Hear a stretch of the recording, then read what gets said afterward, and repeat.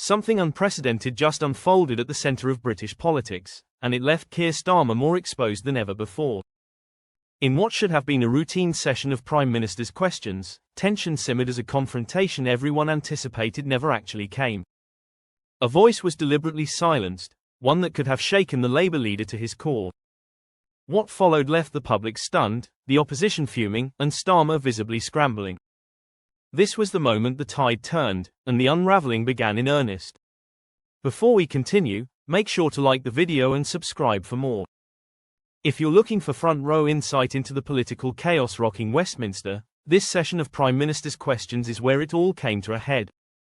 Keir Starmer, under more pressure than ever, found himself trapped in a scenario that exposed cracks not just in his leadership, but in the very foundation of the Labour Party. It all centred around Rosie Duffield, the outspoken MP who distanced herself from Starmer's leadership and returned to Parliament with an unmistakable presence. The room held its breath as Duffield sat poised to speak, but in a move many have called shocking, Speaker Lindsay Hoyle did not grant her the opportunity. According to broadcaster Carol Malone, this wasn't some random oversight, it was a calculated silencing. Duffield never got the chance to confront the man she once supported. Yet her silence, her mere presence, sent a message louder than any words. Across the chamber, Starmer looked visibly unsettled, his composure strained as if waiting for a reckoning he knew he couldn't avoid.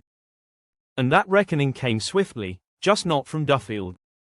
Equalities Minister Kemi Badenoch seized her moment and launched into a fierce critique of Starmer's stance following a landmark Supreme Court ruling on the definition of biological sex under UK law. With surgical precision, Badenoch demanded a personal apology to Duffield, who she claimed had been pushed out of Labour for challenging its rigid position on gender issues.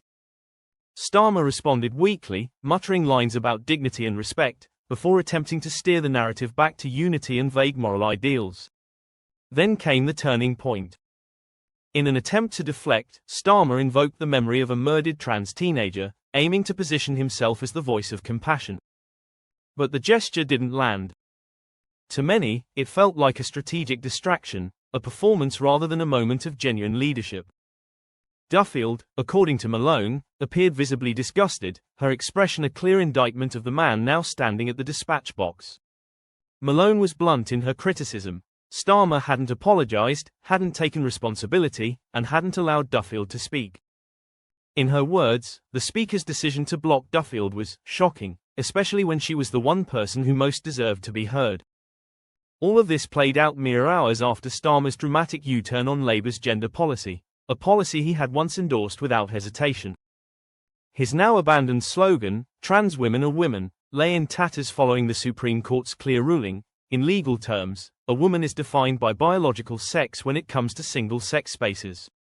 Forced to backtrack, Starmer reluctantly admitted the government would support protections based on biological definitions.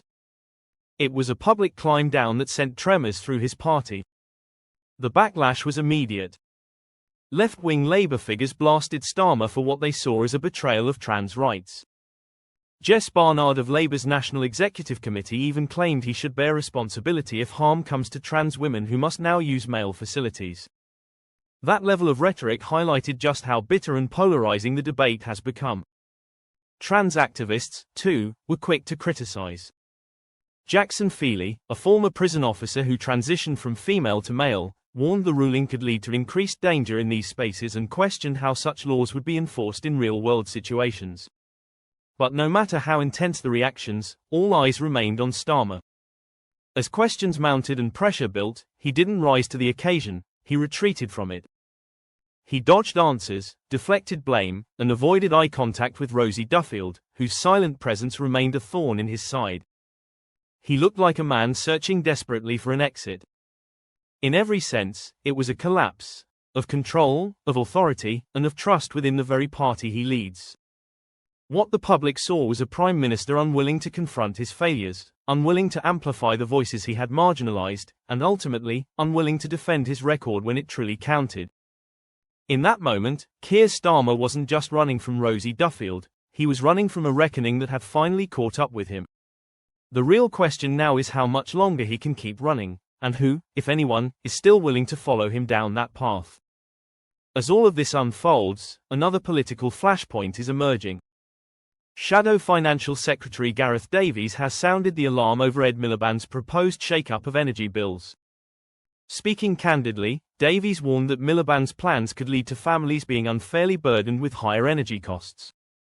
He criticised the push for a rushed reform of the electricity market, suggesting instead that Britain needs a more thoughtful, long-term strategy to reduce dependence on foreign energy sources and rebalance its energy mix. The controversy surrounds the concept of zonal pricing, which would replace the UK's single electricity market with regional zones where prices vary based on local supply and demand. Under this proposal, households in northern Scotland could see some of the lowest electricity rates in the country, while those in the south may face steep increases. A final decision is expected by mid-2025, but the internal divisions are already glaring. Supporters, including Octopus Energy, argue that zonal pricing could boost efficiency and save consumers money. But major renewable developers like SSE and Scottish Power warn that the reforms could jeopardise billions in investments and cost thousands of jobs.